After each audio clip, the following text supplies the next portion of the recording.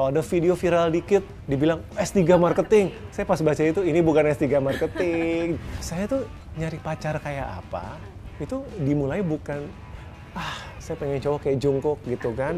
Dan itu saya selalu bilang ke tim saya, tim kreatif gitu ya. Jangan dong ngandelin PowerPoint, ngandelin Canva, atau apapun itu gitu. Andelin, kita pernah presentasi satu tim itu datang pakai kostum Power Ranger.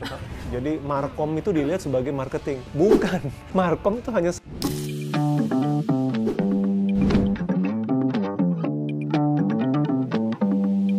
Filosofi teras. Siapa sih yang gak kenal sama buku ini, ya kan? Atau at least lo tuh pasti pernah denger judul buku ini, atau paling enggak nih, lo pernah ngeliat buku ini ketika berjejer atau bertengger di rak buku kesayangan.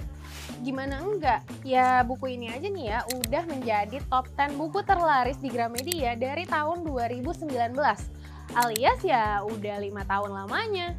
Apalagi nih ya, buku ini tuh pernah mendapatkan penghargaan Book of the Year di Indonesia International Book Fair tahun 2019 juga.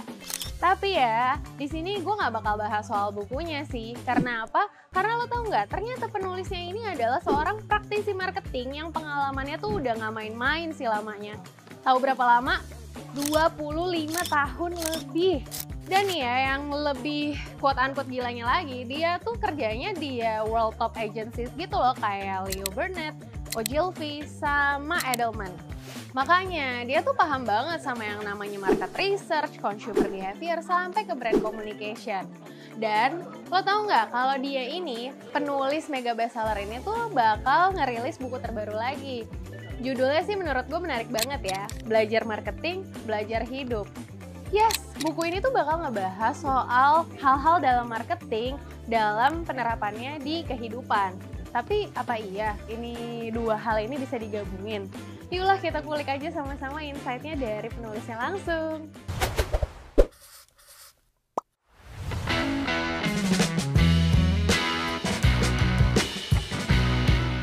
Oke, halo, pagi Om Piring. Thank you banget pagi. Udah nyempetin waktu. Ini terhitung cepet sih, dari pas janjian ke syuting tuh. Oh iya, dengan senang hati, Ica. Makanya, thank you banget. Mungkin aku langsung nanya aja kali ya. Silakan. Om Piring ini kan aktif banget nge-tweet, terus kayak nulis blog masih nggak sih? Kemarin kayaknya rada bolong-bolong ya? Blog udah enggak. But it's okay, tapi baru bikin buku lagi, baru nulis buku. Betul. Terus ya lumayan sibuk lah. Pengen tahu aja sih, emang seorang penulis tuh bagi waktunya gimana sih Om? Kan sama keluarga juga, punya anak juga. Sekarang udah nggak terlalu sulit sejak saya memutuskan menjadi full time writer ya. Jadi menulis penuh waktu. Kalau sampai tahun lalu kan saya masih kerja ya di corporate. Terakhir tuh tahun lalu? Gitu. Iya. Mulai tahun ini memutuskan nyoba deh. Gitu, nyoba jadi penulis full time. Tentunya lebih mudah dalam mengalokasikan waktu kan. Kalau harus tetap kerja full time sampai nulis, nah itu yang repot. Sebenarnya aku pengen kepo sih, kayak triggernya oke, kayaknya harus jadi full time writer deh. Tapi aku mungkin sebelum ke situ mau nanya soal pengalaman marketing dulu. 25 tahun. Iya, itu udah tua. Kok bisa lama banget nanganin klien apa aja? Kayak ya suka dukanya, ada pengalaman yang berkesan. Ya cerita aja gitu, pengen tahu. Iya, jadi sebenarnya cerita saya cukup unik karena diawali dengan murtad dari jurusan. Saya bilang murtad. Bukannya rada nyambung ya jurusannya? Enggak, saya kuliah akuntansi. Oke. Iya sih. Nggak nyambung banget gitu kan. Biasanya kan kalau lulusan akuntansi kan maunya kerja di kantor akuntan publik gitu kan. Atau kalau di korporat tuh di departemen finance gitu. Nah awalnya saya sempet tuh ngerasain direkrut dalam program management training untuk finance. Tapi setahun kok nggak tahan ya ngeliatin angka terus ya, gitu kan, ngeliatin Excel, terus spreadsheet terus. Dan ya ini ya syukurnya tuh kadang-kadang perjalanan kita dibantu sebenarnya. Jadi oleh perusahaannya saya malah dipindahkan ke marketing. Ini yang Tobacco itu bukan? Iya di BAT, British American Tobacco, gitu. Itu diakomodir keinginan saya gitu. Dan udah dari situ karir saya 25 tahun di marketing, lebih banyak lagi sebenarnya di advertising. Jadi dari 25 tahun itu sebagian besar itu ada di dunia periklanan dan karena branding. Marketing ini cukup wide juga ya, ada yang manage sosmed, tapi ada yang khusus bikin campaign atau iklan. Itu baru promosinya aja, communication-nya doang. Ada lagi ya? Iya, nah itu dia, itu juga kenapa saya menulis buku yang baru itu, karena banyak orang salah paham mencampur adukan marketing sama marketing communication. Markom. Jadi markom itu dilihat sebagai marketing, bukan. Markom itu hanya satu subset kecil dari marketing. Cuman karena dia yang paling kelihatan, yang paling seksi, paling seru, paling kreatif, gitu kan. Kalau ada video viral dikit, dibilang S3 marketing. Iya, iya. Saya pas baca itu, ini bukan S3 marketing, jauh banget gitu kan. Jadi memang itu ada kesalahpahaman, nanti kita bisa obrolin lagi ya. Tapi waktu pas jadi manajemen trainee itu MT, terus kan ditawarin untuk pindah ke marketing. Apa sih yang bikin waktu itu, oke pengen coba deh, terus betah sampai keterusan? Saya rasa waktu saya menyadari saya punya interest in human behavior. Oke. Jadi waktu saya kerja di finance gitu ya, ngurusin laporan keuangan, segala macam, audit sistem, ya semuanya logis, ya, semuanya butuh analytical skill. Tapi terus human factor mana? Oke. Ya kan? Itu kan lebih butuh kemampuan analisa angka, ngitung apa segala macam gitu kan. Nah, di situ saya semakin menyadari bahwa saya harus bekerja di mana di situ dunianya ada faktor manusia. Bukan berarti bekerja dengan manusia ya, beda loh. Ya. Bukan berarti saya harus non-stop kerja dengan manusia lain, enggak. Tetapi dunianya itu menyangkut perilaku manusia. Oke. Dan waktu itu saya dipindahkan ke marketing, dan saya bersyukur luar biasa karena waktu itu function marketing pertama, jadi saya dipindahkan itu ke market research, riset pemasaran. Dan suka? Dan suka banget. Oke. Suka banget. Riset pemasaran itu saya suka, karena objeknya itu kan manusia. Riset pemasaran itu kan konsumen. Gitu. Ada kualitatif, ada kuantitatif. Ada FGD, ada survei. Ya kan? Survei yang terjun langsung gitu, yang benar-benar one on one. Iya, tapi kan bukan saya pelaksananya dong. Oh, okay. Tapi pernah nggak melakukan itu waktu jadi pernah, MT? Okay. Harus. Jadi kan kalau di dunia corporate itu kan riset bisa 1.000 orang. Benar. Dan itu pasti menggunakan pihak ketiga. Tapi desain kuesioner, terus lihat analisa statistiknya, gitu. Jadi itu komplit sekali menganalisa manusia dari baik secara kuantitatif maupun kualitatif.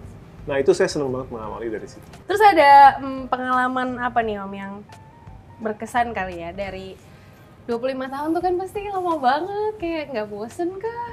Terus... Enggak, jadi orang banyak bertanya itu kan, dan itu mungkin sebabnya saya betah di dunia advertising. Lebih banyak daripada corporate. Karena kalau kita di dunia advertising, itu kan kliennya macam-macam. Ya, oke. Nggak ada bosennya. Jadi karena agency based juga ya, maksudnya tempat kerjanya Om Bering itu agency gitu kan, bukan in-house.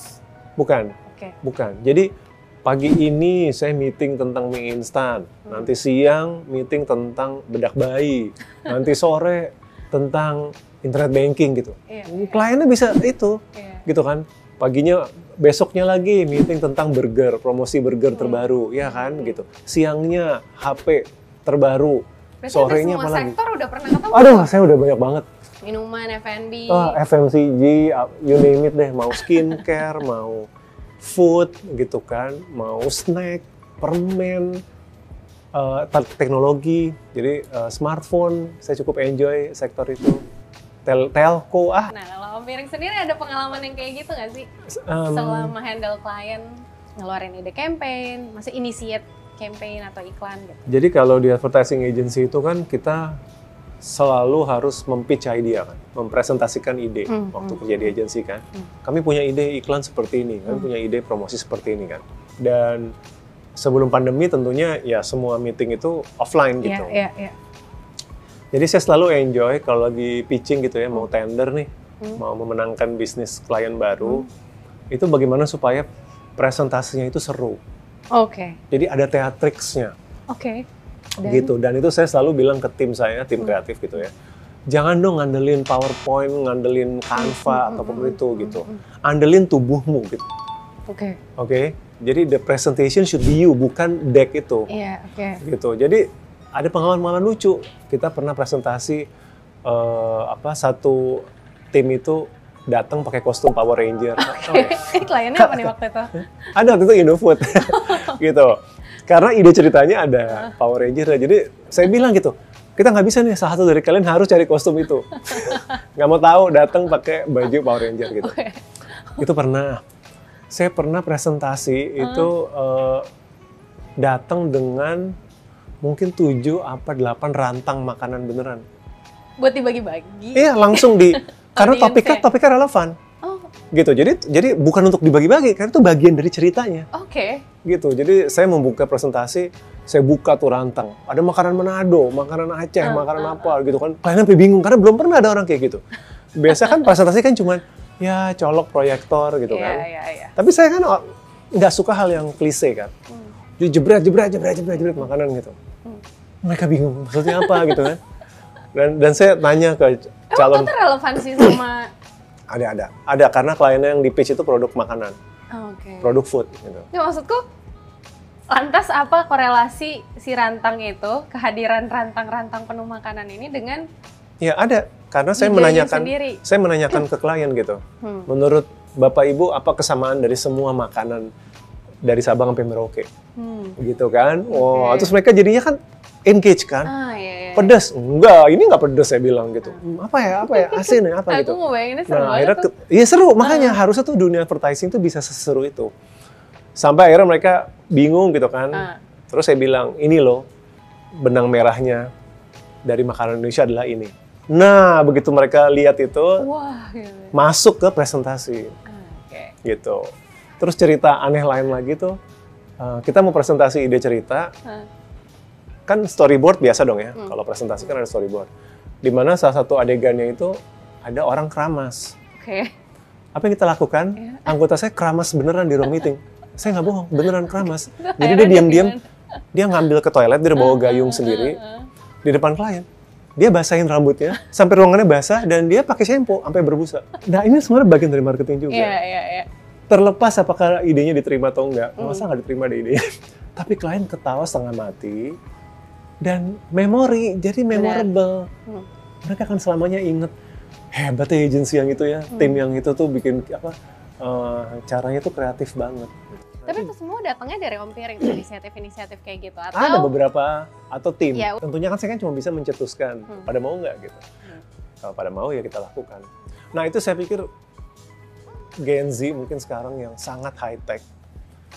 Itu harus kembali ke ilmu presentation yang analog gitu. Ya bagus, kamu pakai AI, Canva gitu ya, ChatGPT, Midjourney, wah semuanya udah cantik. Pakai video gitu ya, tapi semuanya tergantung pada gadget dan teknologi. Saya dulu waktu di agensi saya selalu bilang ke tim saya kalau lagi training gitu ya, saya bilang bayangkan kamu harus presentasi, laptop kamu rusak, nggak ada listrik, file nggak bisa di-retrieve, kamu harus bisa tetap presentasi, bisa nggak?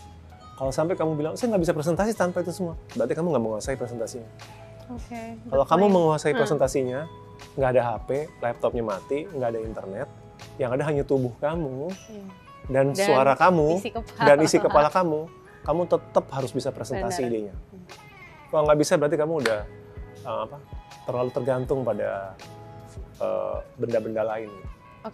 Mungkin nextnya aku mau nanya soal si marketing dan kepenulisan kali ya. I mean kayak banyak yang bilang, wah, Om Piring ini banyak yang nggak tahu kan, dia adalah marketer dua dunia yang berbeda belakang banget dan segala macam gitu ya. Mungkin aku mau ngajak Om Piring mendeskripsikan kali ya, melihat dua dunia ini tuh kayak gimana sih si marketing dan menulis ini, kecintaan kedua bidang ini tuh sama aja, ada benang merahnya kayak ya gue sama karena gue sama-sama bisa itu ada human touch-nya or something like that. Terus kayak ya dua dunia ini beneran berbeda atau sebetulnya ada korelasinya tuh, kayak ini bantuin activity di sini dan ini bantuin activity di sini kayak gitu maksudnya. Iya, jadi buku terbaru saya ini Belajar Marketing, Belajar Hidup ini kan buku saya yang ke-8 gitu. Jadi buat pembaca saya yang mungkin ngikutin buku-buku saya, itu mungkin malah bingung karena tiba-tiba saya bikin buku tentang marketing kan.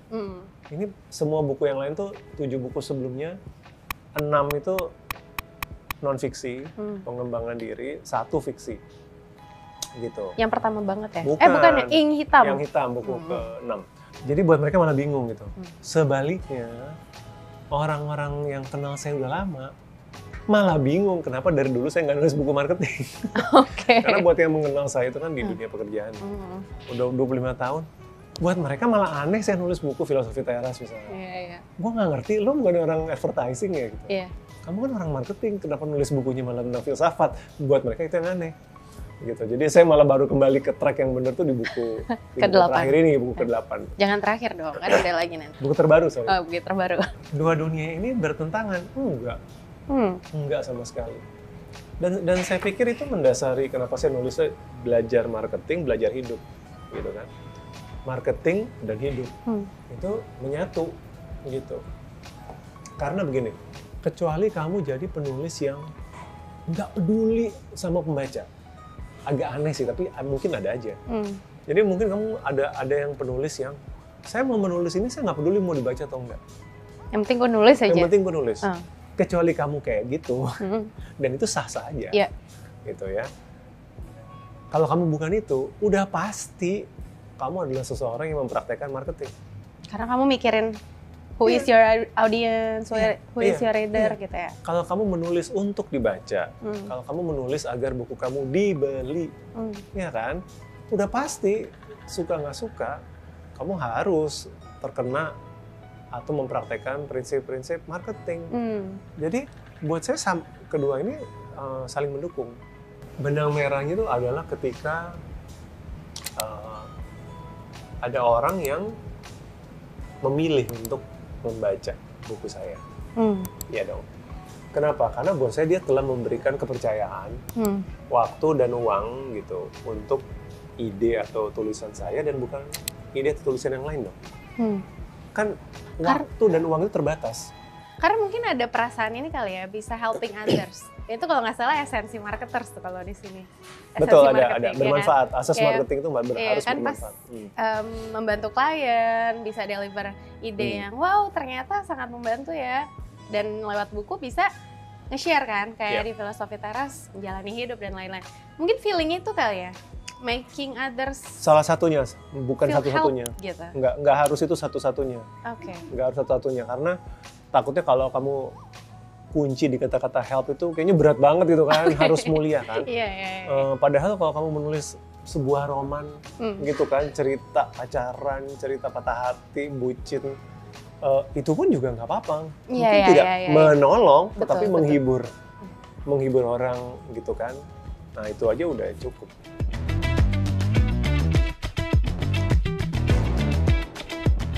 Mungkin bahas bukunya kali ya, dari tadi kita udah senggol-senggol nih bukunya, tapi kayak kita belum tahu nih sebenarnya belajar marketing, belajar hidupnya buku self-development, buku self-development atau buku marketing. Ya ini buku yang memang aneh ya, terjadi perdebatan internal waktu itu. Tapi mencuri perhatianku langsung loh di Instagram, beneran. Iya. Ini beneran yang nulis Filosofi Teras, nulis buku marketing, aku kayak gitu reaksinya. Jadi kalau saya sebagai penulis harus mendeskripsikan buku ini, saya bakal bilang ini mungkin buku hybrid pertama. Buku hybrid pertama antara buku marketing dan buku pengembangan diri. Pertama kali digabungkan. Bisa jadi saya salah, tolong dikoreksi kalau ternyata ada yang duluan. Tapi saya GR aja dulu kan. Ini kayaknya saya yang pertama gitu. Gitu. Jadi itu tuh konsepnya. Jadi makanya di buku ini ada informasi nilai gizi, lucu ya. Iya, aku baca kemarin itu. Kayak, itu 50% marketing, 50% pengembangan diri. Nah, walaupun saya sebagai penulis bilangnya ini buku 2-in-1, tapi di dunia publishing, book retail itu nggak bisa, harus milih satu kategori. Gitu, karena kan nanti staffnya toko buku bingung, ini mau taruh di rak mana. Nah, jadi saya dan penerbit buku Kompas itu sepakat ini dimasukkan kategorinya pengembangan diri. Tetap kategorinya self development ya, pengembangan ditaruhnya diri. Pengembangan diri. Walaupun di setiap bab itu diawali dengan konsep marketingnya dulu, termasuk penerapannya di dunia bisnis dan brand.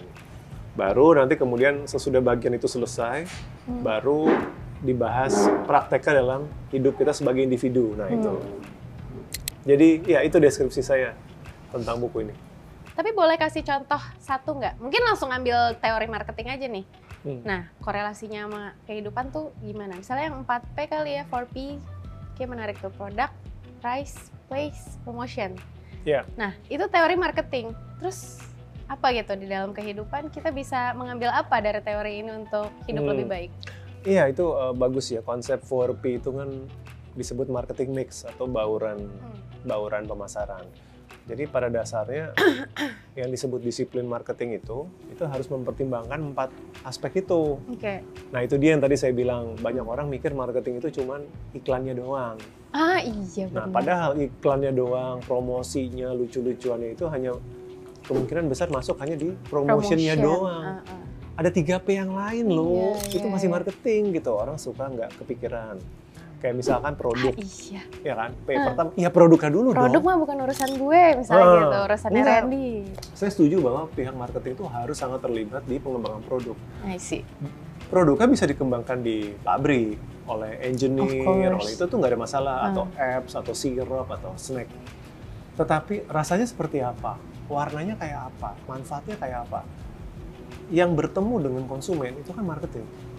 Riset pemasaran itu namanya aja riset pemasaran. Biasanya itu function under marketing.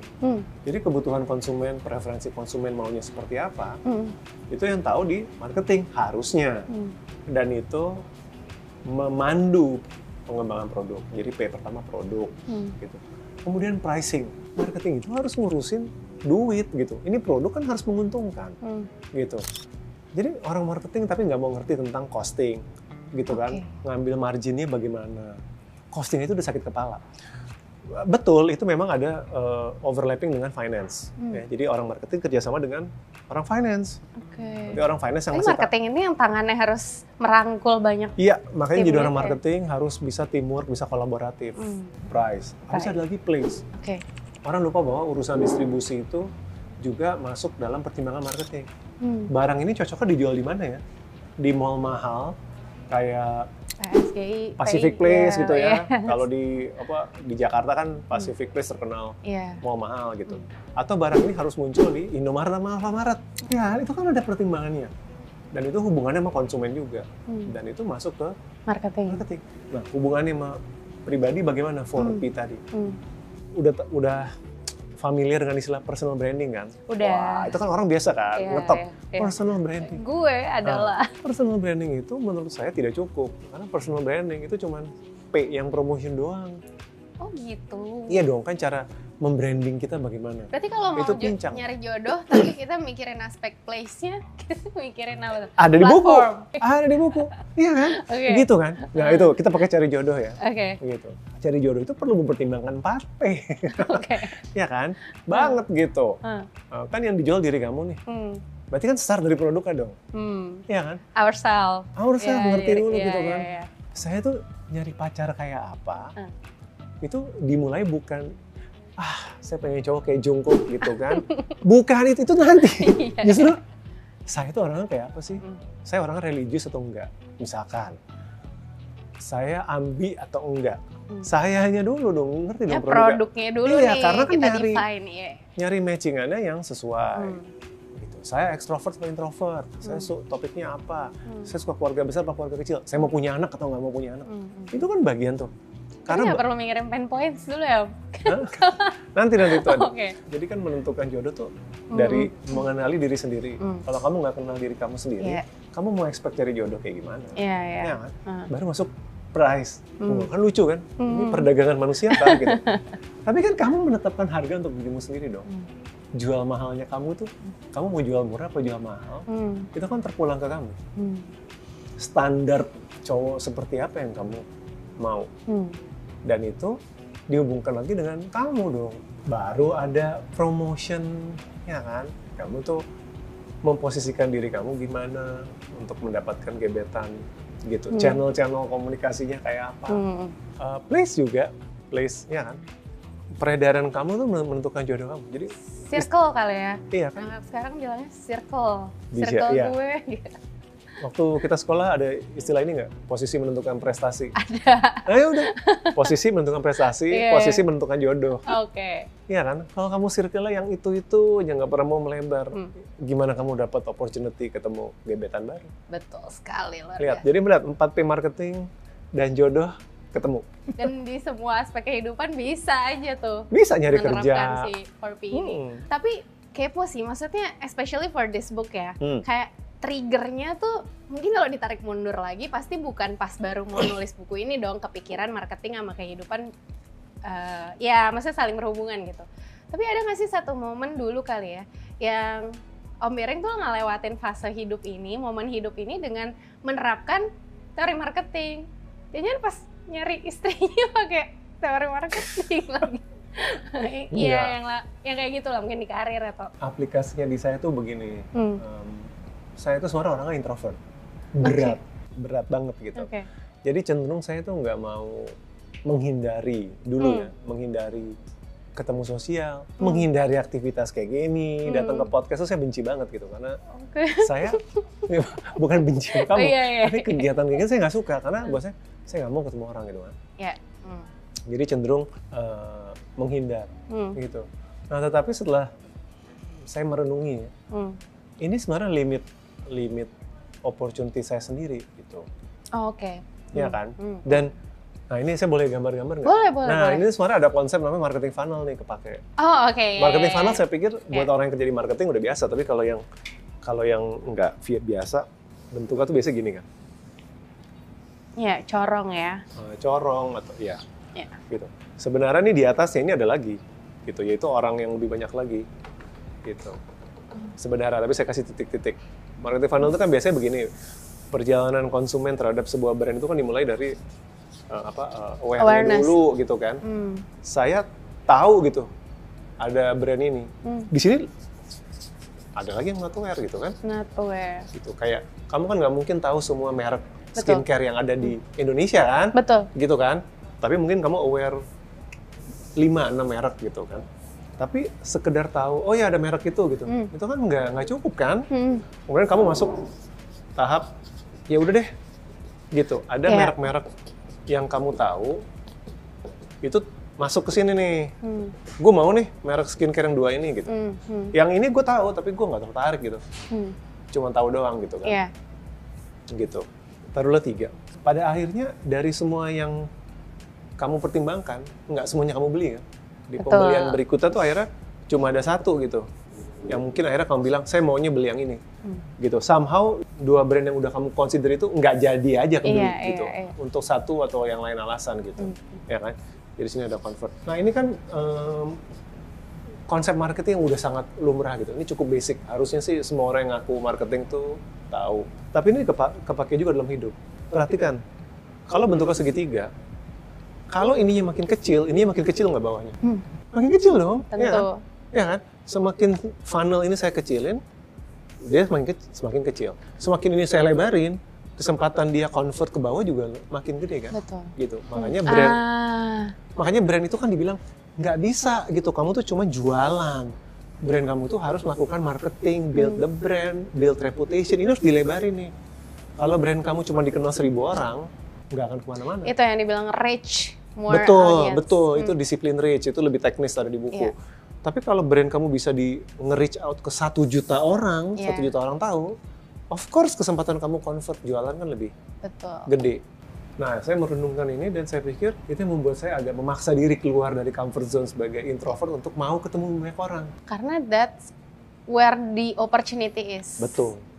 Kalau saya nggak berani ketemu orang lebih banyak, ikut kegiatan lebih baru, ini antara ini stagnan atau malah lama-lama mengecil. Gitu kan? Jadi saya terpaksa keluar dari tendensi saya melawan diri saya nggak mau ketemu orang itu. Ya udah deh, kalau ada undangan reuni deh gue datang gitu. Kalau ada orang ngajak apa gitu kan, aduh males banget, tapi ketemu aja dulu. Jangan suzon dulu, jangan prasangka dulu, dan you'll never know ini jadi expand dan new experience, new opportunity. Kayak pengalaman saya terakhir tuh yang diajak ikutan filmnya Joko Anwar. Oh iya, aku baca artikelnya. Itu di luar. Aku nggak nonton sih. Itu di luar saya banget harusnya. Kalau itu 10 tahun yang lalu saya defaultnya enggak aja dulu gitu kan. Tapi ya di umur saya sekarang saya mikirin ini gitu kan. Waktu Joko Anwar nanya, lo mau nggak main film gue? Nggak tahu ya, waktu itu suara hati bilang, udah yain aja dulu gitu kan, kapan lagi loh. Itu di film yang mana sih? Yang kedua ya? Di Siksa Kubur yang terakhir. Siksa Kubur. Biarpun munculnya cuma 5 detik. Tapi muncul. Tapi udah ngerasain. Oh iya tau di direct sama sutradara mungkin nomor 1 kali ya sekarang gitu kan. Filmmaker nomor 1 di Indonesia kayak gini tuh. Gitu kan. I get a new experience kan. Gitu. Ketemu new people, ketemu orang-orang dari industri lain. Akhirnya bisa selfie sama Reza Radian yang kalau saya jadi penulis saya mungkin saya nggak ketemu. Masa sih? Kecuali Ikan Natasha. Jadi itu menjawab pertanyaan kamu, kalau saya praktekkan marketing, itu bisa membantu hidup saya lebih rich, gitu, lebih kaya, dan mungkin open up more opportunities ya.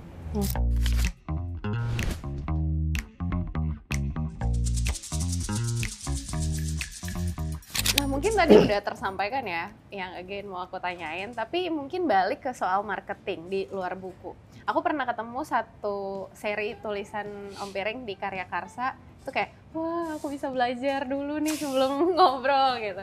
Dan itu lucu-lucu sih, kayak kalau nggak salah ada 4 keinsafan yang wajib marketers dengar dan apa baca. ya? Nah itu aku baca di Karya Karsa, boleh ceritain dikit nggak mungkin yang itu gitu ya, 4 keinsafan itu apa aja dan kenapa itu dibilang quote-unquote dosa-dosa kali ya, dosa-dosa hari-hari ini gitu. Jadi saya pernah menulis di sebuah blog itu ya tentang marketing insaf. Marketing insaf itu sebenarnya refleksi saya sendiri, gitu ya, yang menyadari bahwa banyak hal yang dulu saya percaya bahwa itu benar, gitu ya, di dunia marketing. Akhirnya ternyata saya harus mengalah pas ada data pendukung. Kayaknya saya salah deh, makanya saya insaf. Gitu. Yang pertama soal generasi. Mungkin mulai 10 tahun, 15 tahun yang lalu tuh istilah milenial mulai ngetop. Gitu kan. Oh, kita mau marketkan ke milenial gitu. Bahkan sampai sekarang aja masih ada instansi yang telat. Masih bikin acara dengan tema menjangkau generasi milenial. Berarti udah telat kali gitu. Sekarang udah Gen Z. Marketingnya udah asam urat sekarang. Milenial, sorry. Generasi milenial udah kena asam urat, udah telat. Jadi waktu itu adalah kepercayaan bahwa generasi milenial itu unik. Punya cirinya sendiri. Generasi Z unik. Ya kan? Berbeda dari boomer atau Gen X. Nah ini nggak benar gitu. Menurut saya itu nggak benar. Karena orang kecampur aduk antara life stage sama yang betul-betul identik dengan generasinya.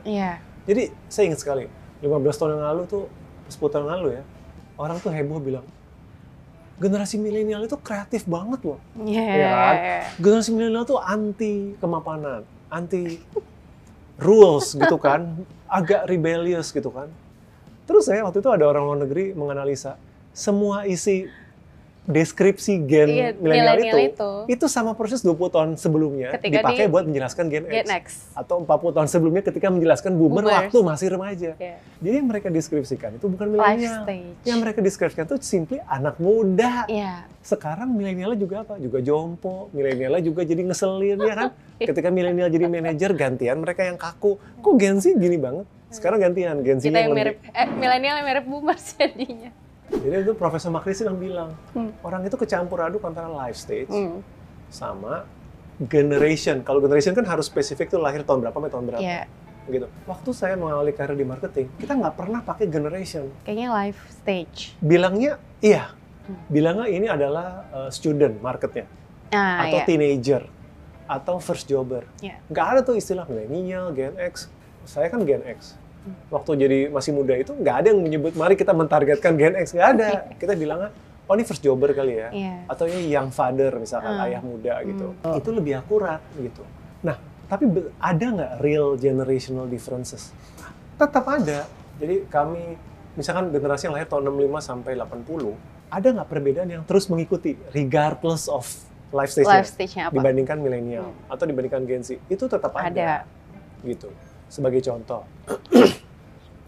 kami Gen X yang besar di bawah Orde Baru, itu mungkin, saya bilang mungkin tapi ya, punya outlook politik yang berbeda dari Gen Z yang dari lahir udah terbuka semua apa-apa terbuka, udah reformasi gitu kan. Kami adalah generasi yang masih takut, zaman dulu tuh masih inget dibesarkan dengan ketakutan jangan salah ngomong, jangan mengkritik pemerintah, nanti kamu hilang. Anak saya, Gen Alpha, itu kan nggak pernah tahu itu. Gitu. Buat dia ya menyatakan opini ya, opini lah. Nah, itu mungkin beneran ada perbedaan. Iya, karena generasinya, karena kelahiran tahunnya. Tapi apakah perbedaannya relevan buat marketing? Nah, saya skeptis bahwa perbedaan generasi itu banyak bergunanya untuk marketing. Buat saya life stage lebih penting dari marketing. Untuk marketing daripada generation. Remaja, minder, jerawatan, perlu produknya apa? Betul? Ya kan? Gitu. Ayah muda, stres, udah ada anak, gaji pas-pasan, anak harus sekolah, bayar susu. Iya kan? Dia perlu produk finansial apa? Itu hubungannya karena dia sebagai ayah muda. jomblo, masih muda, pendapatan tinggi. Perlunya produk apa? Iya kan? Perlu apa itu? Name tag SCBD apa tuh? Lanyard. Masih perlukah gitu kan? Mungkin perlunya itu gitu kan? Lanyard gue mahal loh gitu. Nah, itu kan life stage. Masih berkaitan sama marketing insight tadi kali ya. Nah, aku nemu satu kutipan yang jadi kepikiran sih, bikin kepikiran. Kutipannya tuh gini, kita mungkin tidak perlu berjuang untuk dicintai, cukup tidak memberi alasan untuk ditinggalkan. Nah, terus gimana nih cara find out ya, terus apa yang bisa kita lakukan supaya kita tidak ditinggalkan? Zaman dulu tuh orang marketing suka plek-ketiplek, mengambil relasi antar manusia seolah-olah bisa diterapkan ke relasi manusia dengan brand, gitu kan? Kalau manusia bisa mencintai manusia lain, kenapa enggak manusia harus mencintai satu brand? Ajaran ini bisa kontraproduktif. Kenapa ini bisa kontraproduktif? Karena menjadi distraction. Jadi yang marketing itu mikirin ide-ide yang untuk bikin konsumen jatuh cinta, gitu ya. Dikasih embel-embel tambahan, gitu ya. Misalkan, extra service, gitu ya, dikirimin macam-macam gitu. Tapi tidak mengadres si core produknya sendiri. Kamu jelas nggak? Saya misalkan pakai contoh bank deh. Sebuah bank untuk membuat saya jatuh cinta, dalam tanda kutip, itu mungkin begini, setiap ulang tahun inget, gitu. Happy birthday, gitu kan. Dikirimin bunga, dipingin cake. Iya kan, seperti layaknya membuat orang jatuh cinta kan, kayak gitu kan. Customer-nya ramah, kontak personnya tuh ramah banget, gitu kan. Tetapi aplikasi banknya sering down, misalkan, ya kan? Bunganya, justru core perbankan. Iya, bunganya nggak kompetitif, misalkan, gitu kan? Produknya nggak oke, nggak sesuai dengan kebutuhan saya, gitu. Mau saya dikasih seneng kayak apa? Kalau produknya jelek, ya cabutlah saya, gitu, nggak efek, gitu. Jadi gini, salah nggak sih berusaha membuat konsumen jatuh cinta? Enggak salah, itu silahkan. Tetapi lakukan itu sesudah kamu memastikan dulu produk atau jasa kamu itu nggak menyebalkan, gitu aja dulu, gitu kan.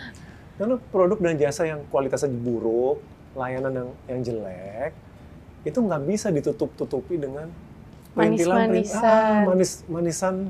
yang receh dan nggak ada hubungannya, gitu. Jadi itu saya bilang dengan quote, daripada lo fokus ke bagaimana dicintai, mendingan lo mastiin nggak ada alasan buat lo ditinggalkan. Itu aja dulu. I see.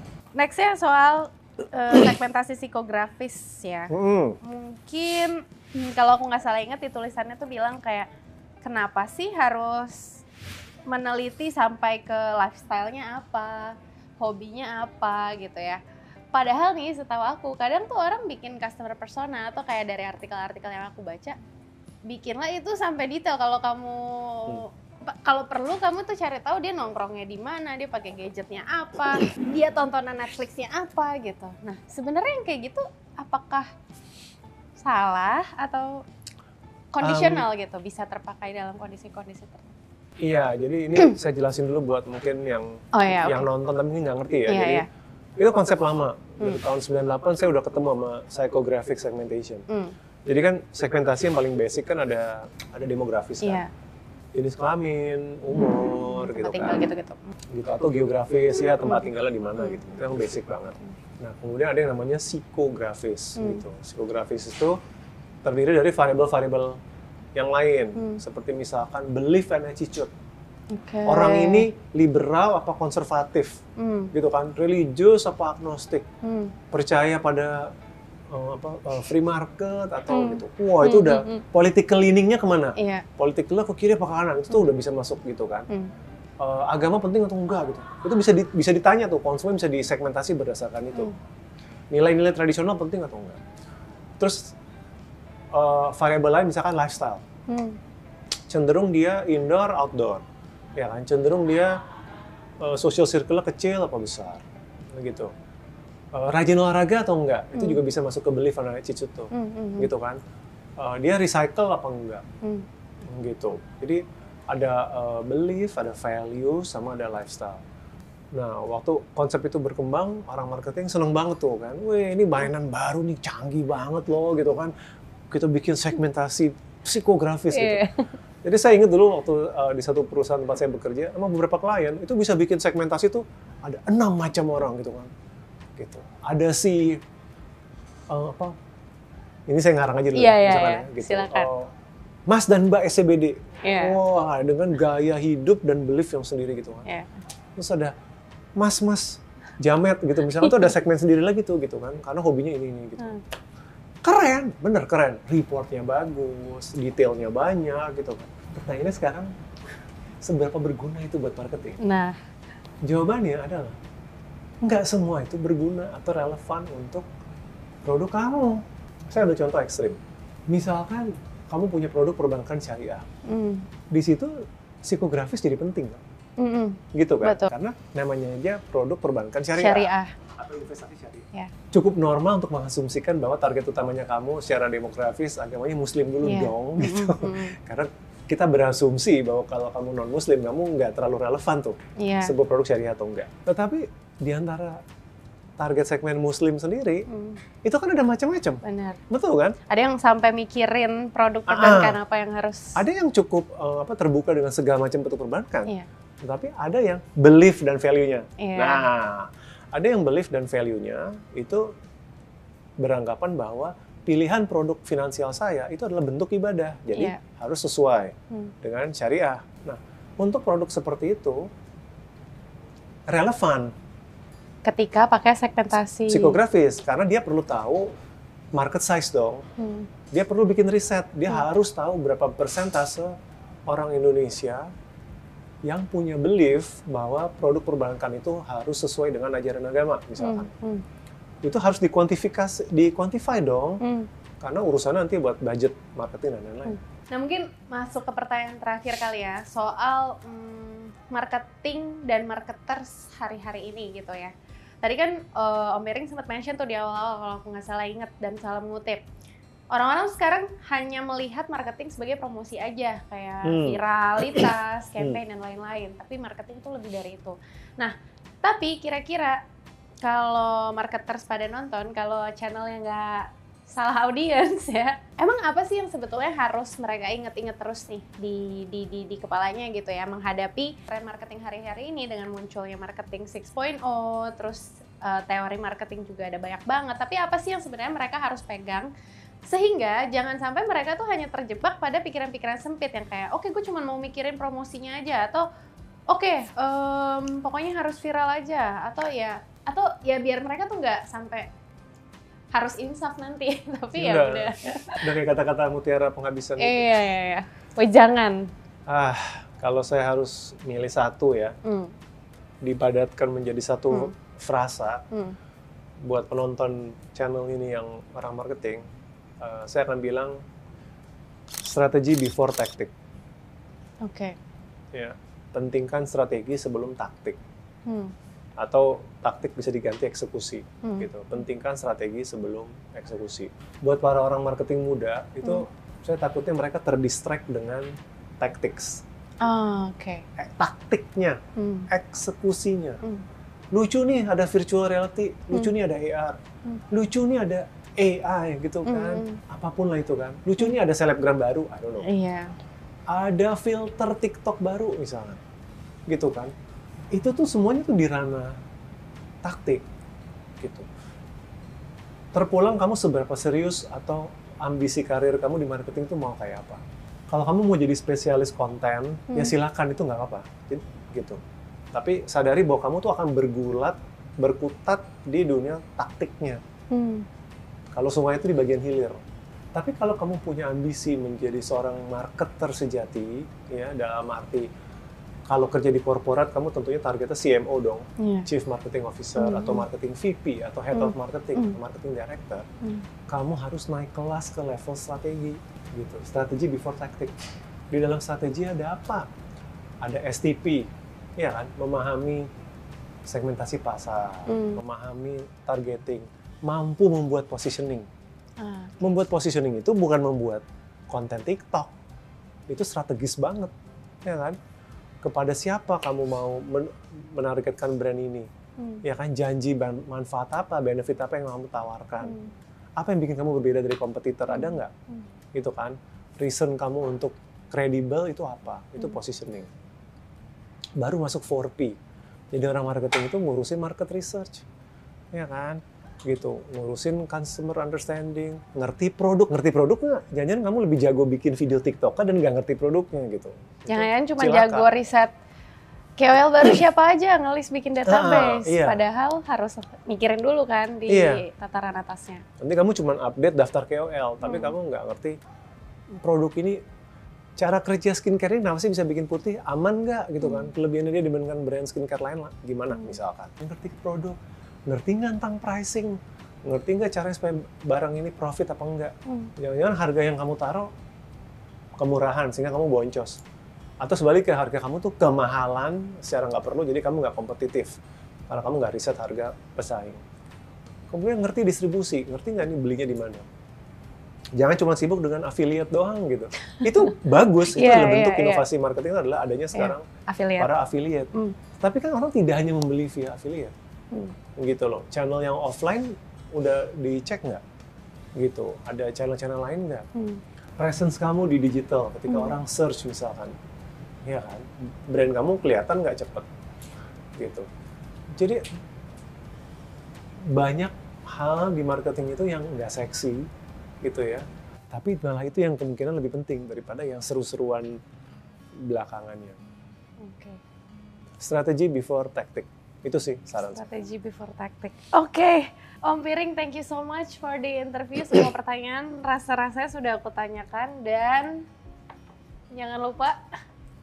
Tanggal berapa Om ini masuk? Harusnya masuk di toko buku offline online mulai 26 Juni. Oke. Ada yang ngebisikin tuh. Andai kan ini 26 videonya muncul sesudah 26 Juni berarti cari bukunya sekarang ya guys. Belajar marketing, belajar hidup dari penerbit buku Kompas. Oke. Bikin janji dong Om soal buku ini. Kan tadi katanya marketing soal janji. Ya nggak sih? Di buku ini ada tulisannya soal janji. Janji apa yang Om tawarkan ketika orang janji manfaat dan baca ini? Janji manfaat ya. Oke, bagus.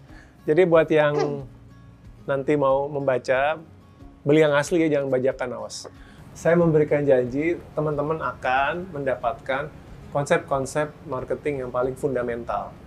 Ya. Jadi yang basicnya nih, gitu, teman-teman belajar dulu konsepnya yang paling basic. Di saat yang sama, melihat bagaimana konsep-konsep itu bisa diterapkan supaya teman-teman jadi lebih efektif menjalani hidup. Jadi ini cocoknya buat siapa? Mahasiswa, pelajar yang tertarik sama dunia marketing bisa, orang yang baru mulai kerja bisa, baik itu di marketing maupun tidak di dunia marketing, tapi tertarik. Dan sebenarnya siapa saja sih yang pengen hidupnya lebih efektif? Kalau marketing professionals, udah di levelan Om Piring, kayaknya masih bisa deh. Bisa kalau mau refresh, ya kadang-kadang mau refresh lagi atau mau ngajarin anak buahnya, bingung cara ngomongnya gimana, mungkin bisa mengacu ke buku ini juga. Oke, thank you sekali lagi. Sama-sama Ica, thank you.